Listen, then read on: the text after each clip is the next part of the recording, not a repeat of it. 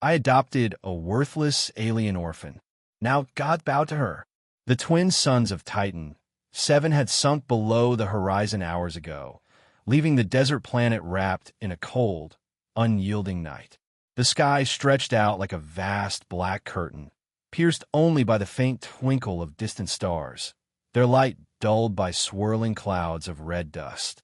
A sharp wind sliced through the rocky canyons, howling as it whipped past jagged stones, carrying the bitter scent of scorched metal and cracked, dry earth.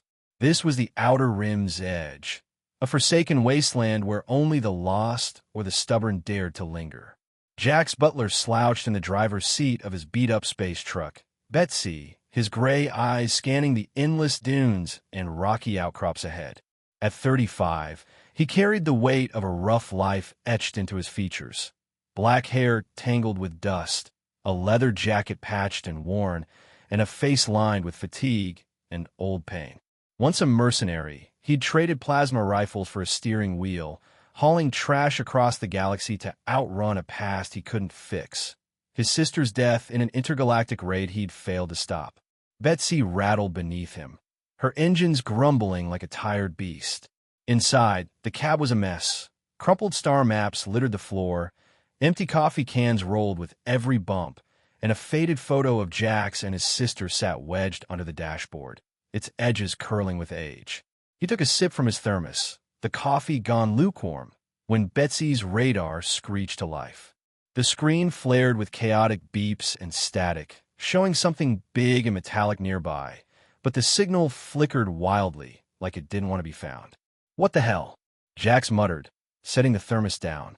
He rubbed his eyes, then squinted at the readings. Could be a glitch or trouble. Either way, he wasn't taking chances.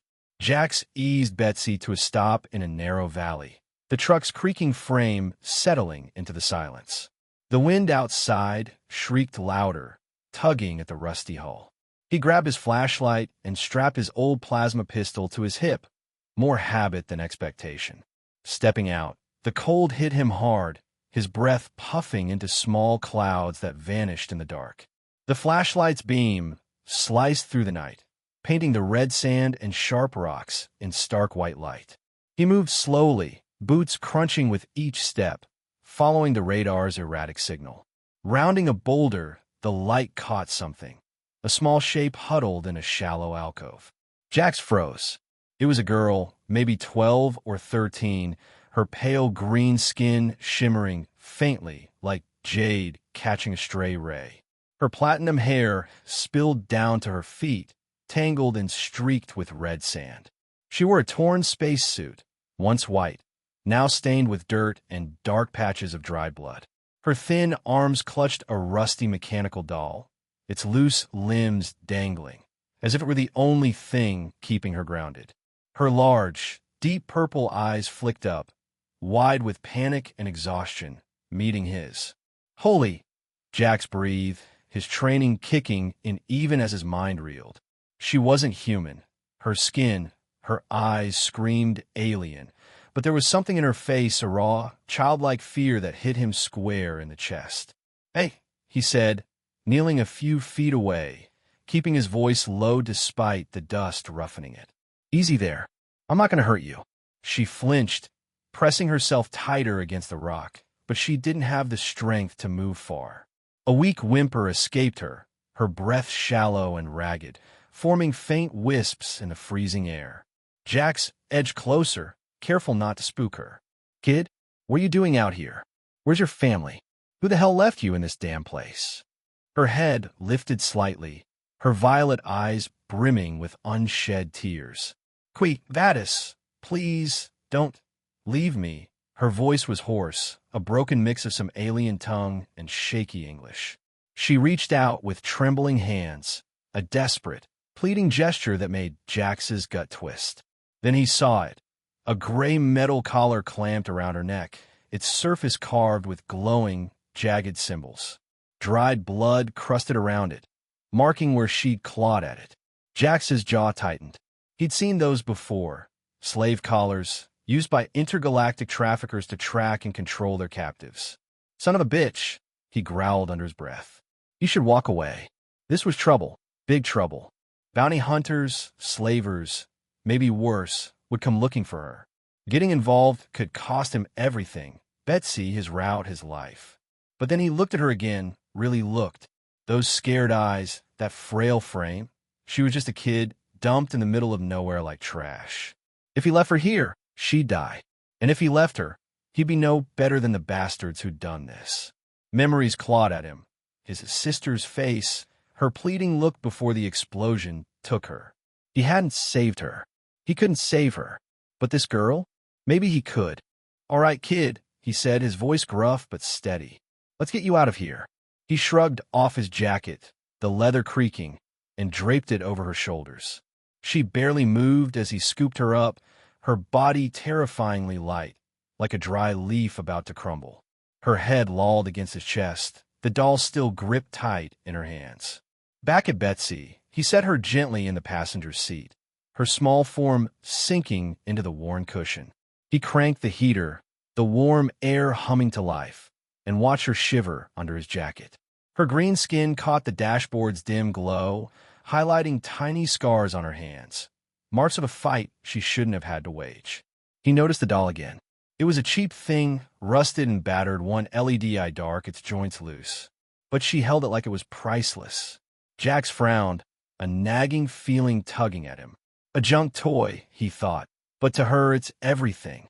Something's off about that. The wind outside roared like some massive beast, rattling Betsy's frame. Red sand stuck to Jax's boots, crunching as he shifted.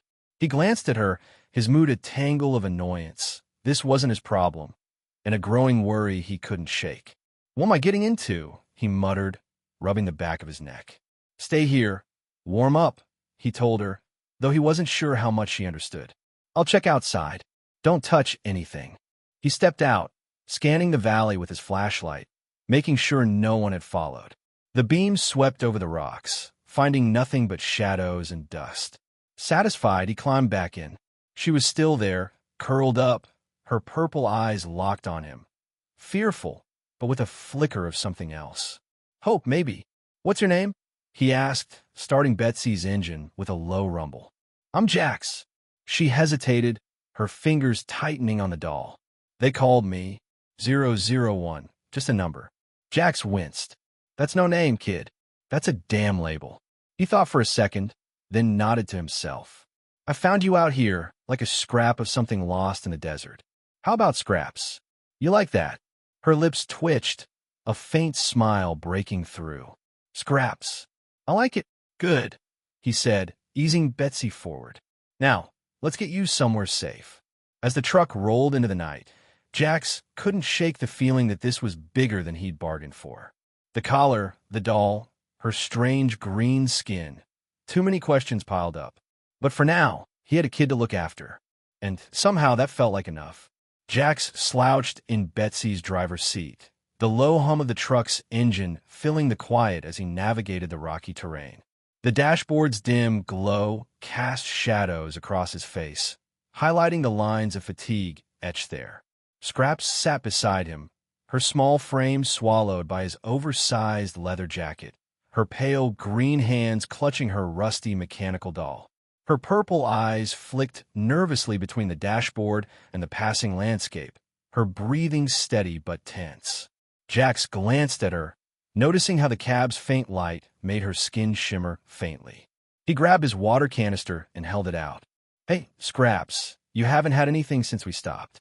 Drink this." She shook her head, her voice soft. "I don't need it. The light, it's enough for me." He paused, lowering the canister. "You don't drink water?" "At all." Scraps pointed to her arm, where tiny droplets of liquid glistened under the dashboard's glow. "It takes care of me." Jax's brow furrowed. "So, you're saying you live off light? Like a plant?" "I don't know," she murmured, her fingers tracing the doll's worn edges. They never explained it. He leaned back, rubbing his chin. "All right, that's different." He didn't push her. She already looked uneasy. Instead, he softened his tone. "Look, Scraps, I need to know more about you. Who are those people who left you out there? What's your story?" Her face fell, and her eyes glistened with tears. "They called me trash," she whispered, her voice shaking. "Because I can't bloom. They said I'm useless, so they dumped me. Bloom. Jax tilted his head, curious. What's that mean? My people. She swallowed hard, gripping the doll tighter. We're supposed to make stars. It's what we do. But I can't. When I try, it's just darkness. They hated me for it. Jax's fists clenched, anger sparking in his chest. Who's they? Your family. No, she said, shaking her head. The scientists. They locked me in a lab, tried to make me bloom. When I couldn't, they threw me away. Son of a bitch, Jax muttered, his voice low and rough. What kind of monsters do that to a kid? Scraps wiped her eyes with the jacket sleeve, her voice barely audible. I just wanted to be enough. You are enough, Jax said, his tone firm but kind. He rested a hand on her shoulder. You don't need to make stars to matter. You're with me now, and I'm not letting anyone hurt you. She looked up, her purple eyes wide. You mean that? Yeah, he said, nodding. Eat dull. Now you hungry? Even light eaters need food sometimes. He rummaged under his seat, pulling out a can of space rations. He heated it with a small burner and handed her a spoon. It's not gourmet, but it'll keep you going. Scraps took a bite and scrunched her nose. It's weird. Jax chuckled. The sound warmed despite his rough edges. Space carrots. Hate him too, but they're cheap. She nodded, a small smile tugging at her lips. Jax flipped on Betsy's radio, and a scratchy old Earth tune filled the cab. Something slow and soulful. Scraps tilted her head, listening. What's that? She asked. Music, Jax said. From my home planet. Helps take the edge off. I like it, she said softly, her shoulders relaxing. The moment of calm shattered when Betsy's dashboard blared with a sharp beep. A holographic screen flickered on, and a cold, robotic voice cut through. Alert! Fugitive 001, a young Celestian with green skin and platinum hair, is wanted by the Planetary Security Council. Bounty, 10 million credits. Considered highly dangerous. A 3D image of Scraps spun on the screen, her scared face unmistakable. Jax's stomach sank. Oh hell! Scraps gasped, dropping her spoon with a clatter. No, please, don't turn me in. They'll kill me. Or worse. Jax slammed his hand on the dashboard, cutting off the broadcast. I'm not handing you over, he said, his voice hard. No way in hell. But you've got to tell me, what's this Celestian stuff? Why are they so desperate to find you? Tears streamed down her cheeks. I don't know everything. They call me the last seed, but I don't know what it means. I just want them to leave me alone. The last seed, Jax repeated, rubbing his neck. Sounds like you're a big deal, kid. As he processed her words, Scraps fidgeted with her doll, her hands trembling. It slipped from her grip, hitting the floor with a dull thud. A faint blue glow pulsed from its chest, and a hologram flickered into the air. A woman appeared, green-skinned, platinum-haired, older but strikingly similar to Scraps. She wore a shimmering robe, a glowing gem in her hands. Protect the last seed. Her voice echoed, calm and commanding. She is our hope. The image vanished, leaving silence. Jax's jaw dropped. Was that you, Mom? Scraps nodded, tears welling up. I think so. I don't remember her, but it feels like her. Jax exhaled, his mind racing. All right, Scraps, whatever's going on, we're in this together. We'll figure it out. Jax leaned back, his eyes lingering on the now-dark doll in Scraps' lap. The hologram's words echoed in his head, stirring unease. He glanced at her, noticing the way her fingers trembled, her shoulders hunched like she was bracing for a blow. Hey, he said gently, you don't have to tell me everything now, but what was it like? In that lab? I need to understand what we're up against. Scraps' breath hitched, her eyes dropping to the doll. For a moment, she was silent, her face pale, as if the question had pulled her somewhere dark. Then, in a voice so soft it barely reached him, she spoke. It was cold. Not just the air, but everything. The walls were metal, shiny, like they were watching me. There was this hum all the time from machines I couldn't see. It got inside my head, made it hard to think. Jax stayed quiet, his hand resting on the wheel, giving her space to continue. They kept me in a glass box, she said, her voice trembling. It was so small I could touch both sides if I stretched my arms. The lights never turned off, white sharp like needles in my eyes. They burned my skin, but they said it was supposed to help me bloom. I try to sleep, but the lights, they'd scream at me to wake up, to try again. Her fingers tighten on the doll, her knuckles pale. They'd strap me to a table, put tubes in my arms. The stuff they injected, it felt like fire spreading through me, like I was breaking apart. I'd scream, but they didn't care. They'd just watch, writing things down, talking about me like I wasn't there. Subject 001 is non-compliant, they'd say. Defective. Jax's chest tightened, his jaw clenching. He wanted to say something to stop her pain, but he knew she needed to get this out. Sometimes, she continued, her voice cracking, they'd show me pictures of stars, bright, beautiful ones. They'd say, "This is what you're supposed to do. This is why you exist." But when I tried, it was wrong. I'd feel this thing inside me, heavy like a storm. I'd push, and it'd come out dark like smoke or shadows. They'd yell, call me a mistake. One of them, he'd hit the glass, make it shake, tell me I was wasting their time. Tears spilled down her cheeks, and she curled tighter, her voice barely a whisper. I started to believe them, that I was broken, that I didn't deserve to live if I couldn't bloom. I'd lie there, staring at the lights, wishing I could just disappear. But then they'd drag me out again, make me try harder. I was so scared, Jax. Scared of failing, scared of the pain, scared I'd never be anything but their experiment. Jax's hands shook with barely contained rage, but he kept his voice steady. Those weren't scientists. They were monsters. What they did to you, no kid should ever go through that. Scraps looked at him, her eyes raw with pain. But what if they're right? What if I am defective? No, Jax said, his voice fierce but warm. He turned to face her, his gray eyes locking onto hers. You're not defective. You're a kid who survived hell. You're stronger than they'll ever understand, and you don't owe them a damn thing. Not a star, not a sun, nothing. She sniffled, wiping her face. But the last seed, what if it means I have to be something more? Then we'll figure out together, Jax said. But you're not doing it for them. You're Scraps, and that's who matters to me. He reached into a storage bin, pulling out Betsy's scanner. Let's take a look at that collar, he said, trying to shift her focus. He ran the device over the glowing symbols, and the screen beeped. Celestian, divine race, sours of stars. Jax's eyebrows rose. Celestian, huh? I've heard old spacer tales about them. Beings who could weave stars out of their own energy, like gods. He tapped Betsy's database, pulling up a file. Says the Celestians were ancient, worshipped for creating celestial bodies. Nearly wiped out by people who wanted to control their power. He looked at Scraps, his voice softening. That's you, isn't it? A Celestian. She nodded, her voice small. But I can't do what they wanted. I'm not like the others. So what? Jax said, leaning closer. You're not here to be their machine. You're here with me, and that's enough. Scraps managed a faint smile, her tears slowing.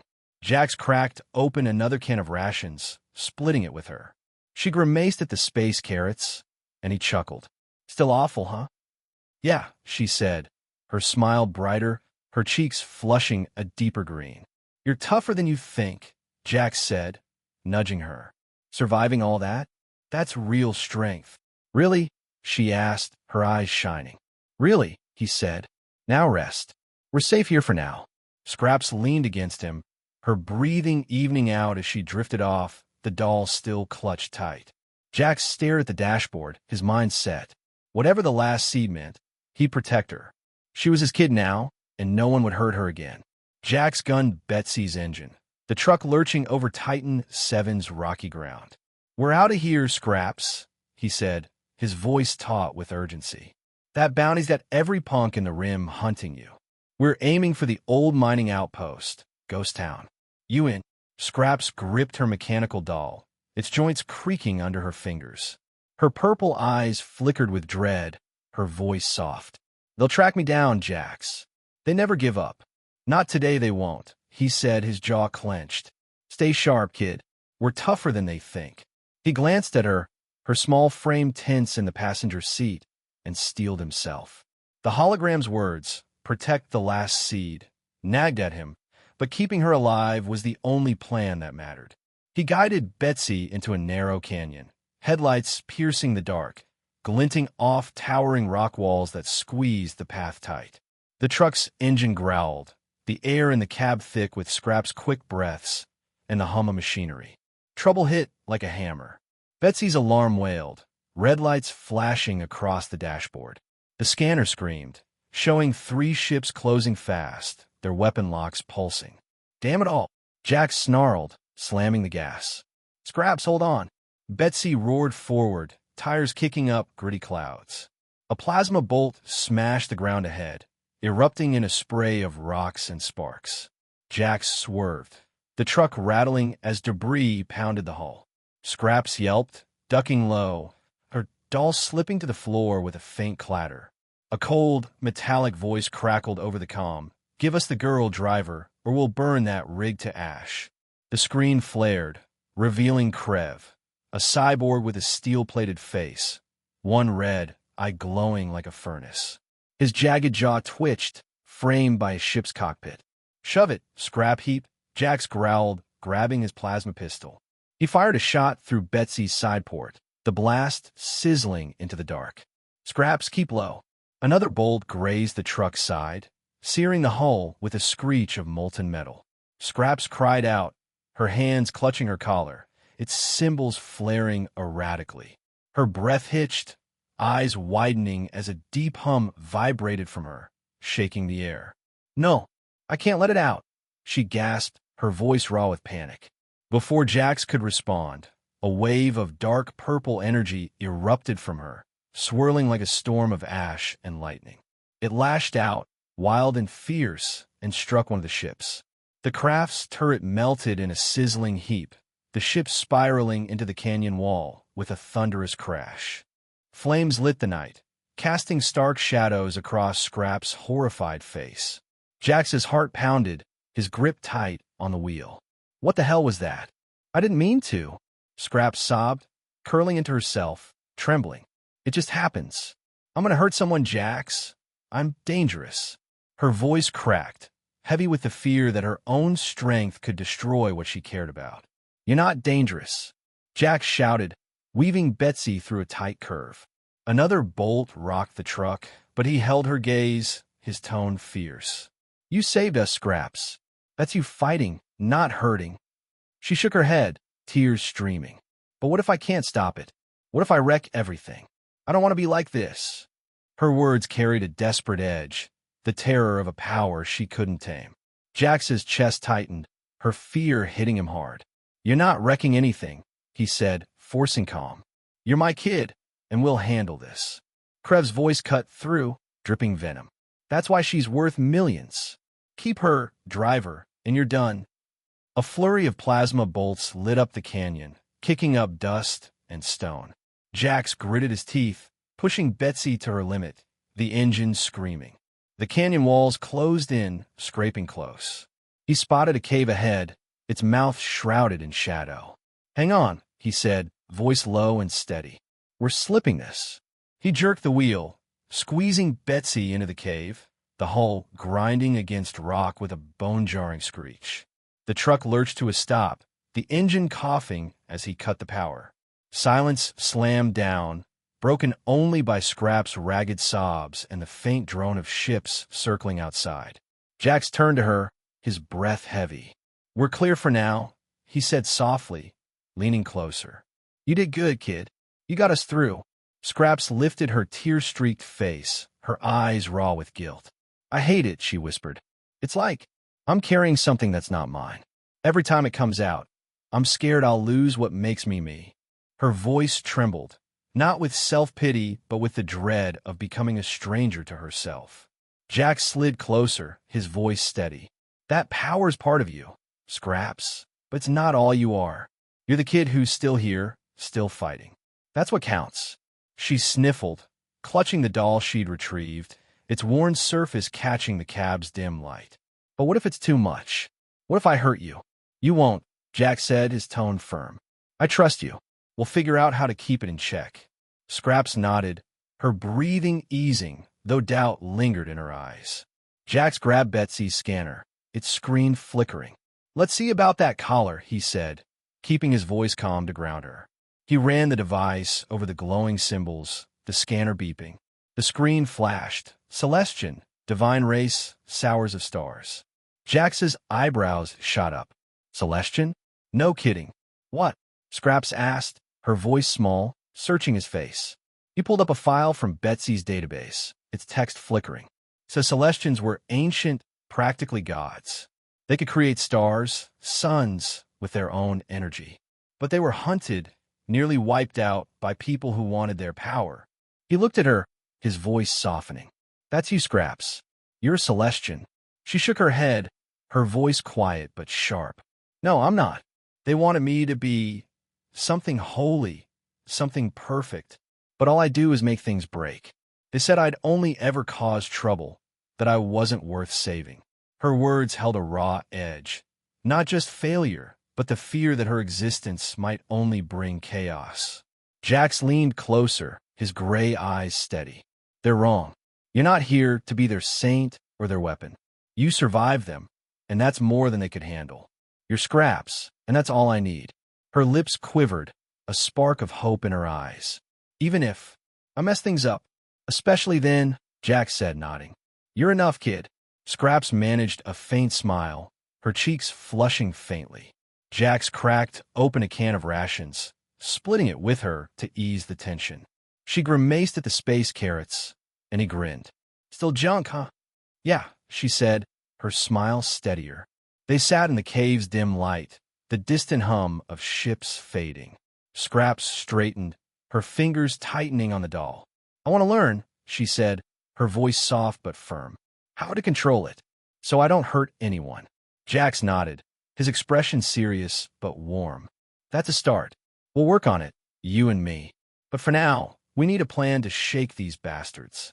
He pulled out Betsy's star map, its holographic display flickering to life, showing the outpost coordinates. We'll head out at first light, he said, tracing a route. They won't expect us to double back. Scraps leaned over, studying the map, her eyes narrowing with focus. I can help, she said. I'm not just a problem. Never thought you were, Jax said, his voice gruff but proud. He tapped the map. Let's do this, kid. The cave's dim silence shattered as a low, bone-rattling hum vibrated through the stone walls, sending fine red dust cascading from the ceiling. Jax crouched near the entrance, his gray eyes narrowing as he peered through a jagged crack in the rock. The dawn sky over Titan 7, once a faint gold, was now swallowed by an immense shadow, a colossal ship, the Destroyer, stretching kilometers across the horizon. Its black hull gleamed like polished obsidian, bristling with hundreds of plasma cannons that glowed with menacing red light. Massive energy siphons, thick as skyscrapers, extended downward, piercing the desert floor. Each impact triggered violent tremors, splitting the ground with cracks that snaked toward the cave. Sand swirled into towering storms, blotting out the sun, while brittle shrubs withered to ash in seconds, their life drained by the ship's relentless pull. Inside, Betsy's battered frame sat silent, her engine fried from the last chase, her hull scarred with plasma burns. Jax's jaw tightened, his calloused hands gripping the cave wall. Son of a bitch, he muttered, his voice rough with dread. They're not messing around. Scraps stood behind him, her small frame rigid, her pale green skin catching the faint glow of her collar's pulsing symbols. Her purple eyes were wide, unblinking, as if she saw something beyond the cave's walls. Her mechanical doll dangled from one hand, its rusted joints creaking faintly. A faint hum emanated from her, not mechanical but alive, resonating with the planet's groans. She clutched her chest, her breath hitching, as if the Destroyer's presence tugged at something deep inside her. Scraps! Jax turned, his voice sharp with concern. You okay, kid? She didn't answer at first, her gaze distant, her fingers trembling. The ground shook again, a deep crack splitting the cave floor, and a wave of energy pulsed from her, faint but enough to stir the dust around her feet. It's hurting, she whispered, her voice trembling. The planet. I feel it crying. It's dying. Jax stepped closer, his boots crunching on loose stone. What do you mean you feel it? What's going on? Her eyes met his, raw with fear but lit with a strange clarity. The destroyer. It's taking everything. The life, the light. If it keeps going, nothing will be left. Not you, not Betsy, not anything. Her voice broke, but her words carried a weight that made Jax's stomach twist. He shook his head, his hand reaching for her shoulder. We'll find a way out, like always. We're not done yet. But Scraps stepped back, her small hand tightening around the doll. No, Jax. You don't understand. It wants me. My power. It's what they came for. Her collar flared brighter, its symbols casting eerie patterns on the cave walls. I can stop it. I have to. Jax's heart pounded, his voice rising. Stop talking like that. You're not some damn battery for them to drain. We'll figure something else out. Fix Betsy, make a run for it. Anything but this. Scrap's lips trembled, tears welling in her purple eyes, but her expression hardened with a resolve that didn't belong on a kid's face. You've done so much for me, she said, her voice soft but steady. You gave me a name, a place to belong. But if I don't do this, you'll die. I can't let that happen. She reached for his hand, her small fingers cold against his rough palm. I'm going to bloom, Jax. For you. So you can live. Her voice cracked, tears spilling down her cheeks. Please, remember me as a star, not the trash they called me. Jax's throat tightened, his vision blurring as he grabbed her shoulders, his voice hoarse with desperation. No, you're not a tool for them to use. You're Scraps, the kid who hates space carrots, who clings to that damn doll, who falls asleep in my truck. You're my kid, and I'm not letting you do this. His hand shook, his grip tightening as if he could physically hold her back from whatever she was planning. Scraps looked up at him, her eyes glistening but resolute. Thank you, she whispered, her voice barely audible over the distant roar of the destroyer's siphons. For seeing me, for making me real. Gently, she pried his hands from her shoulders, her touch light but firm, like she'd already made her choice. Scraps don't. Jax lunged forward, his voice breaking, but she stepped back, her silhouette framed by the cave's mouth. The ground trembled again, and a gust of hot, sandy wind whipped through, tugging at her platinum hair. Her collar pulsed brighter, its light casting her face in sharp relief. Pain, fear, but above all, determination. She turned toward the cave's entrance, her small figure dwarfed by the chaos outside. The destroyer's shadow loomed larger, its siphons tearing deeper into the planet, each pulse sending shockwaves that cracked the desert surface. Scrap's hands clenched, her doll pressed against her chest, its single LED eye flickering faintly, as if echoing her resolve. I'm not their experiment anymore, she said, her voice quiet but fierce, speaking more to herself than to Jax. I am Scraps, and I can choose what my power means. Jax stumbled forward, his boots slipping on loose gravel, his hand outstretched. Scraps, please. You don't have to prove anything. His voice cracked, raw with a fear he hadn't felt since he lost his sister. But Scraps didn't turn back. Her steps were slow, deliberate, carrying her toward the blinding light of the desert beyond the cave.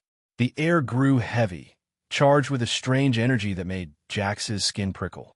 Scrap's collar glowed like a dying star, its symbols writhing as if alive. She paused at the cave's edge, her small frame trembling, and glanced back at Jax one last time. Her purple eyes held a mix of sorrow and strength, a silent apology for what she was about to do. Then, with a final step, she walked out into the storm, the sand swirling around her like a crimson veil. The destroyer's hum grew louder, a deafening roar that drowned out Jax's desperate shout. Scraps! Scraps stood alone in the heart of the crimson sandstorm, her small figure dwarfed by the towering shadow of the destroyer overhead. The ship's obsidian hull loomed like a predatory beast, its surface reflecting the chaotic red glow of its energy siphons as they gouged the desert floor. Each pulse sent tremors ripping through the ground, kicking up geysers of sand that stung her pale green skin. Her platinum hair whipped wildly, tangled with dust, and her mechanical doll hung limp in her hand, its rusted frame battered by the wind. The collar around her neck burned, its jagged symbols flaring with a fierce, violet light that pulsed in rhythm with her racing heart. She clenched her fists, her breath shallow and ragged. The planet's pain echoed inside her, a deep, mournful cry that twisted her gut. The destroyer wasn't just draining Titan 7, it was tearing at something ancient, something tied to her. Her purple eyes narrowed, fear giving way to a spark of defiance. "No more," she whispered, her voice lost in the storm's roar. "I'm not your tool." The collar's glow intensified, its metal growing hot against her skin. Cracks spiderwebbed across its surface, faint at first, then splitting with sharp, metallic snaps. A surge of energy erupted from her core, a dark purple-black wave that roared outward, swirling like a cosmic storm. The force lifted her off the ground, her body weightless as the energy consumed her. Her small frame stretched and reshaped, growing taller, stronger, a radiant figure forged from light and shadow. Her hair transformed into a shimmering cascade, like a galaxy woven with stars, flowing behind her in luminous strands. Her eyes blazed, twin violet stars burning with raw power. She was no longer a child, but a celestial being, her presence commanding the desert's chaos.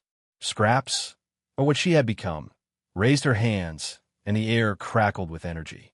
"I am Celestian." Her voice boomed, echoing across the dunes like a thunderclap from a distant world. "I'm a sower of hope. You've caged us, bled us, but this ends now." The words poured from her, not just hers, but those of her ancestors, carried through blood and starlight. She thrust her arms forward, and beams of dark energy lanced from her palms, sharp as blades and heavy as collapsing stars. They struck the destroyer's hull, piercing its armor with explosive force. Plasma cannons erupted in cascades of sparks and flame, their red glow snuffed out as the ship's frame buckled. The destroyer shuddered, its siphons faltering, and a high-pitched wail screeched from its core, like a wounded beast. Chunks of its hull tore free, plummeting to the desert below in a rain of molten metal, each impact shaking the ground like a meteor strike. Jax scrambled from the cave, his boots sliding on loose gravel as he climbed a jagged outcrop. His gray eyes widened, his heart hammering at the sight of Scraps, or whoever she was now, suspended in the air, her radiant form blazing against the storm. "Scraps!" he shouted, his voice hoarse, barely cutting through the wind. He gripped the rock, his knuckles white, desperation clawing at him. "You don't have to prove anything to them. You're enough for me. Come back, Scraps." Her head turned, her glowing eyes locking onto him. For a moment, the storm seemed to still, the world narrowing to just the two of them. Jax's words hit her like a physical force, stirring something deep within the celestial fire that enveloped her. Her radiant face softened, the fierce light in her eyes dimming to reveal the familiar purple gaze, now brimming with tears. "Jax," she whispered, her voice no longer cosmic but small, human, and fragile.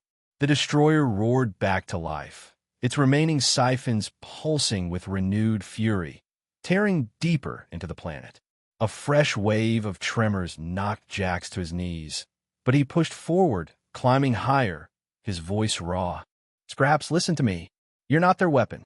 You're my kid, the one who hates space carrots, who clings to that damn doll. I need you, not some star. Come back."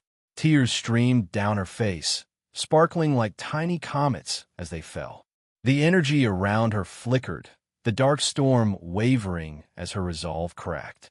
She looked at the destroyer, its shattered hull still fighting to consume the planet, then back at Jax, his face etched with fear and love. A realization hit her, sharp and clear. Her worth wasn't in blooming, in sacrificing herself for some grand purpose. It was in the way Jax saw her, in the name he'd given her, in the warmth of his voice calling her home. "I'm Scraps," she said, her voice trembling but firm. She lowered her hands, the beams of energy dissolving into wisps of shadow. The radiant form began to fade, her body shrinking, the galactic hair collapsing back into tangled platinum strands. The storm of power receded, and she fell, her small frame plummeting toward the sand. Jack sprinted down the outcrop, his boots pounding as he dove to catch her. He hit the ground hard, sliding through the dust, and pulled her into his arms just as she landed. Her body was limp, her green skin pale, her breath shallow but there. The collar lay in pieces around her, its glow extinguished, leaving only faint scars on her neck. Her doll rested beside her, its LED eye dark, a silent witness to her choice. Scraps! Jax cradled her, his voice breaking as he brushed sand from her face. Tears cut tracks through the dust on his cheeks, the first he'd shed in years. "You scare the hell out of me, kid," he whispered, his throat tight. "Don't you ever do that again." Her eyes fluttered open, weak but alive, meeting his with a faint smile. I heard you," she murmured, her voice barely audible over the distant groans of the destroyer. "You call me Scraps, not a number. I wanted to be enough." "You are," Jack said, his voice fierce with relief. He pulled her closer, shielding her from the wind as the destroyer's siphons flickered and died, its hull fracturing under the damage she'd inflicted. Sparks rained down, painting the sky like a meteor shower, each piece burning out in streaks of fire. The ship's wail grew faint, its massive frame tilting as it lost power, no longer a threat. Scraps shivered in his arms, her small hand clutching his jacket. "I didn't have to bloom," she whispered, her eyes heavy but clear. "I just had to be me." Jax nodded, his jaw tight as he fought to keep his voice steady. "Damn right, kid. You're Scraps. That's all I need." He lifted her gently, carrying her back toward the cave, her weight light but grounding, a reminder she was still here. The desert stretched around them, quieter now, the storm settling as the destroyer's remains smoldered in the distance. Its black hull lay in jagged pieces, scattered like broken bones across the dunes, the red glow of its siphons gone. The air smelled of scorched metal and ozone, thick with the aftermath of the battle. Jax's boots crunched through the sand, each step deliberate, his focus on the girl in his arms. Scraps' breathing steadied, her head resting against his chest, her doll tucked under her arm. The scars on her neck caught the faint light of Titan VII's dawn, a mark of her freedom. Jax glanced down at her, his heart still racing from the fear of losing her, but a quiet pride settled in. She'd faced a goddamned warship and chosen to come back, not for power, but for him. "Stay with me, Scraps," he said softly, his voice rough but warm. "We've got more roads to drive, you and me." She nodded weakly, her smile faint but real. "Okay, Jax." Jax sat by a small fire, its crackle breaking the quiet of Titan VII's desert night. The destroyer's wreckage lay scattered across the dunes, glinting under distant stars. Scraps huddled under his jacket, her pale green skin glowing faintly, her platinum hair tangled. Her mechanical doll rested in her lap, rusted and still, its LED eye dark. Faint scars circled her neck where the collar once sat, a mark of her freedom. He grabbed the first aid kit from Betsy's crate, dabbing antiseptic on her arm. "Hold still, kid," he said, voice gruff but soft. "You owe me a new rig. Betsy's a mess after your stunt." Scraps gave a weak laugh, her first real one. "Betsy's tough," she murmured, voice hoarse. "Like you." "Damn right." Jax wrapped a bandage, then split a can of rations. Scraps pushed the space carrots aside, wrinkling her nose. "No way," she said. Jax grinned. Picky star eater. They ate quietly, the fire's glow warming the chill. Scraps looked up at the stars. "I dreamed of them," she said softly, fingers tracing the doll. "Fields of stars, not lab pictures. Real ones." "They're real," Jax said. "You'll see more. Promise." Her eyes met his steady. "I want a new name. Not Scraps. Not 001. Stella. Little star in my people's tongue. I'm not trash, right?" Jax ruffled her hair, smiling. "Stella? Like a space hero. You're my star, kid." Stella's eyes shimmered, a faint smile breaking through. "Thanks, Jax," she whispered, leaning against him. He tinkered with Betsy's console, tools clinking. The screen hummed to life, and a pulse of light came from Stella's doll. A hologram flickered, a green-skinned woman, platinum-haired, in a nebula-like robe. "The child has found her light," she said. "Bring her home."